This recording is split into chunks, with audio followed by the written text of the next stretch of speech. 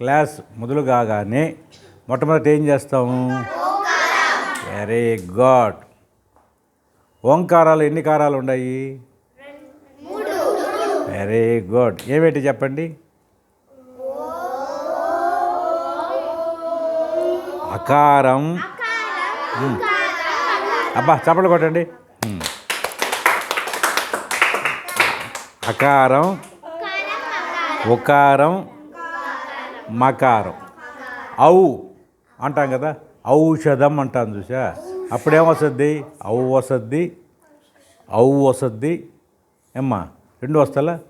తర్వాత అకారం, ఉకారం, మకారం. మకారం. చాలామంది ఓం ఓం అంటుంటారు, అంటే టైం లేక.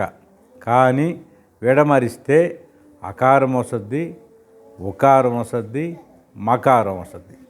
అసలు ఈ అకారం అనేది మనం బాగా అవపడుతున్నాం కదా, జాగృత అవస్థ అంటారు. అంటే మనం బాగుంటాం, మనకు అన్నీ తెలుస్తాయి. ఉకారం అనేది స్వప్నావస్థ. పడుకొని నిద్రపోతుంటాం, కళ్ళు వస్తూ ఉంటాయి. కళ్ళు వస్తాయా? అది ఉకారం. మకారం సుష్మ అవస్థ అంటారు. అంటే కొట్టా కూడా నిద్రలేం. ఒకసారి మనం పడుకొని నిద్రపోయినప్పుడు ఒక టైంలో కొట్టా కూడా నిద్రలేవు అనమాట. మన మీద మనిషి దాటుకున్నా మనకు తెలియదు. అంత సౌండ్ స్లీప్ పోతాం మనం. అది మకారం. ఈ మూడు కారాలు కలిస్తే ఓంకారం. అసలు ఓంకారం ఎట్ట పుట్టింది మీకు తెలుసు కదా.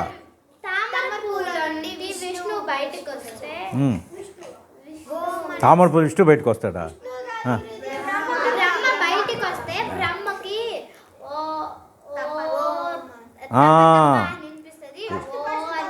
మొట్టమొదట ఓం అని వినిపిస్తుంది.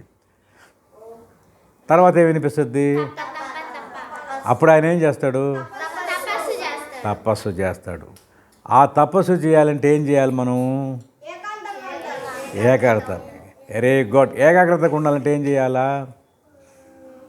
ఓంకారం, ధ్యానం. మనం జ్ఞానముద్ర అంటాం, ఇట పెడతాం. ఇది వచ్చేసి భగవంతుడు, ఏలు వచ్చి ఆత్మ అంటారు, లేకపోతే మనం ఆత్మ. ఈ రెండు కలిపితే అప్పుడు ఆ ముద్రలో ఉంటే, ఆ ముద్రలో ఉండి ఓంకారం చెప్పాలి. మనం ఏ మంత్రం చెప్పాలన్నా ముందు మనం ఏమని అంటాము? ఓం అనుకుండా మంత్రం చెప్తామా? ఒక శ్లోకం చెప్తానండి, చెప్పండి. ఓం తత్ సత్ ఇతి నిర్దేశః బ్రహ్మణాస్తేన వేదాచ్చ యజ్ఞేచ్చ వివితాపురాః. ఇవి ఓం తత్ సత్ ఇతి నిర్దేశః బ్రహ్మణా విస్తృతః బ్రహ్మణస్తేన వేదాచ్చ యజ్ఞాచ్చ వితాపురాః. ఈ ఓంకారం నుండే బ్రాహ్మణులు, వేదాలు, యజ్ఞాలు. వేదాల గురించి చెప్పలే ఇంతకుముందు మీకు. వేదాలు ఎవరు తీసుకుపోయి సముద్రంలో దాముకుంది? ఏ రాక్షసుడు? హిరణ్యాక్షుడు. వాడిని సవం చంపేసాడా లేదా? ఏ అవతారంలో చంపాడు? కూర్మావతారం అంటే ఏంది? తాబేలు నాన్న, వరాహ అవతారం. కొమ్ముతో కూడా ఏమన్నా గుర్తుందా? చంపేస్తాడు. అట్లా బ్రాహ్మణులు, వేదాలు, యజ్ఞాలు చేస్తుంటారు గుళ్ళో. ఇవన్నీ కూడా ఈ ఓంకారం నుండి వస్తాయన్నమాట. ఓంకారం ఎట్టా పలకాలనేది చాలామంది తెలియదు, కానీ ఈ వయసులో మీరు తెలుసుకుంటున్నారు. ఇప్పుడు నేను ఒకసారి చూపిస్తాను, మీకు తెలుసు కదా, ఆ ప్రకారం చేయండి. ఫస్ట్ ఔ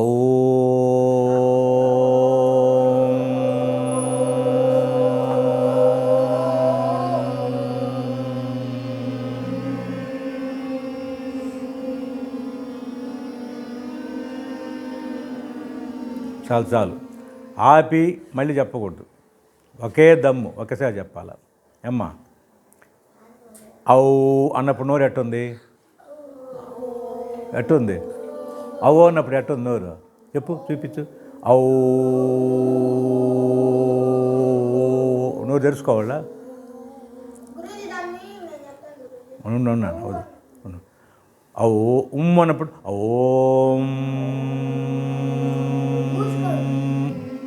మూసుకుందా అంటే అంటే పాపాలన్నీ మనం చేసిన పాపాలన్నీ బయటకు వెళ్ళిపోవడం అంటే లోపలికి రా.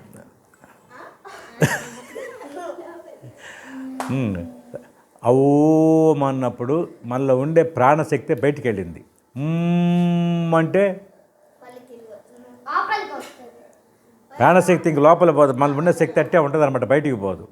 ఈ ఓం అన్నప్పుడు పవర్ వచ్చింది కదా, ఆ పవర్ మనలో ఉంటుంది అనమాట. కాబట్టి వీటిల్లో సూక్ష్మ అవస్థ అంటే మనం చూసారా, అది ఆ శబ్దం ఎట్టుంది, గీంకారం లాగుంటుంది.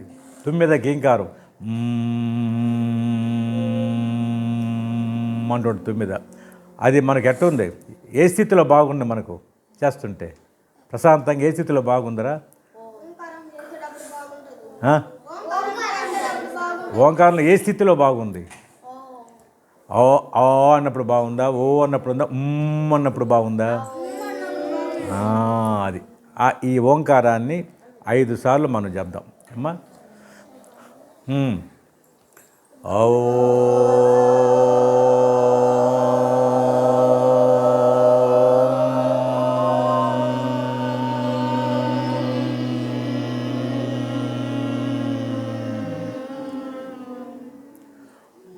అనేది ఎక్కువసేపు చెప్పాలి, ఓ అనేది కొంచెంసేపు, ఆ అనేది స్టార్టింగ్ అంతే. ఓ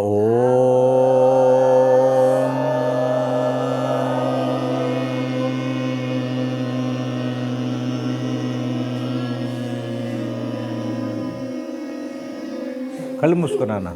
ఓంకారం చేసేటప్పుడు కళ్ళు మూసుకోవాలా? కార్తీక్ ఏకాగ్రతగా ఉండాలా? వేరే ఆలోచనలు ఉండకూడదు. మనసులో భగవంతుని ధ్యానించుకోవాలి. కార్తీక్ బాగా కూర్చో, మెరికలు తిరగకూడదు. అవో ధ్యాన ముద్రలో కూర్చో, అటు పెట్టు. అవో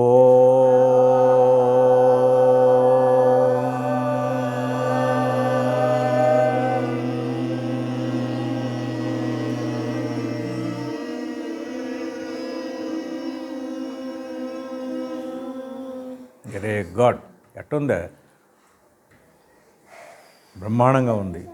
వైబ్రేషన్స్ అంటుള്ള భగవంతుడు తరంగాలు ఆ తరంగాలు వినిపిస్తున్నాయి. ఇప్పుడు మనం ఒక్కసారి చెప్తే ఎంత పుణ్యము. ఎంతమంది ఉన్నారు? 4, 8, 9, 12, 13 మంది ఉన్నారు. 13 సార్లు చెప్తే ఎంత పుణ్యమో అంత పుణ్యం ఒక్కరికి వచ్చిందనమాట. ఇప్పుడు నువ్వు ఒక్కదానే చెప్పావు తల్లి, అంత పుణ్యం. 13 మంది చెప్తే ఇంత పుణ్యం ఎక్కువ అవుతుందా? అట్లాగే ఓం నమ శివాయ పంచాక్షరి మంత్రం అది చెప్పండి. ఓం నమ శివాయ మంత్రం చెప్పేటప్పుడు ఇంక అంత తేలిక ఉండదు, ఓం అని వస్తుంది. ఓం నమ శివాయ ఓం నా శివాయ చాలు. మళ్ళీ వేరే మంత్రం, ఇది పంచాక్షరి మంత్రం అంటారు. ఓం నారాయణాయ ఓం నారాయణాయ.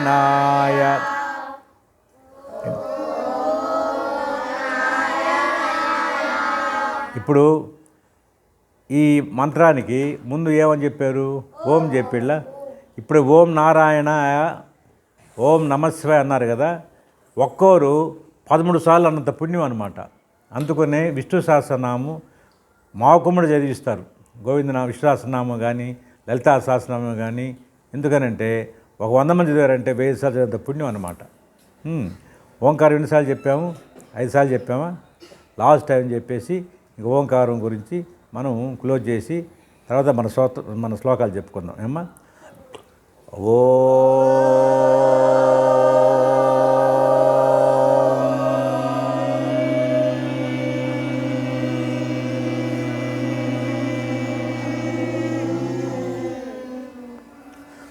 ఇంకా మీరిద్దరు మనం రోజు చెప్తల శ్లోకాలు ఏమ్మా కరాగ్రే వస్తే లక్ష్మి ఆ శ్లోకాలు 4-5 చెప్పేయండి. అందరు చెప్పండి.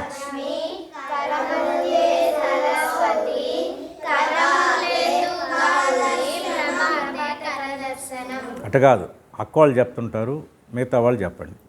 వాళ్ళు చెప్పింది అది మీరు చెప్పండి. చెప్పండి మీదే చెప్పండి నాన్న. కరాగ్రే వసతే లక్ష్మి, కరాగ్రే వసతే లక్ష్మి, కరమధ్యే సరస్వతి, కరమధ్యే సరస్వతి, కరమూలేతు గౌరీ, కరమూలేతు గౌరీ, ప్రభాతే ప్రభాతే కరదర్శనం. నెక్స్ట్ సముద్ర వసతే దేవి, సముద్ర వసనే దేవి, పర్వత స్తన మండలే, పర్వత స్తన మండలే, విష్ణుపత్ని, విష్ణుపత్ని, నమస్తుభ్యం, నమస్తుభ్యం, పాదస్పర్శం, పాదస్పర్శం, క్షమస్వమే, క్షమస్వమే, గంగే చ, గంగే చ, యమున చైవ, యమున చైవ, గోదావరి, గోదావరి, సరస్వతి, సరస్వతి, నర్మదే, నర్మదే, సింధు, సింధు, కావేరి, కావేరి, జలేస్మిన్, జలేస్మిన్, సన్నిధం కురు, సన్నిధం కురు, బ్రహ్మస్వరూపముదయం, బ్రహ్మస్వరూపముదయం, మధ్యాహ్నేతు మహేశ్వరం, మధ్యాహ్నేతు మహేశ్వరం, సాహం, సాహం, ధ్యాయే, ధ్యాయే, తదా విష్ణు, తదా విష్ణు,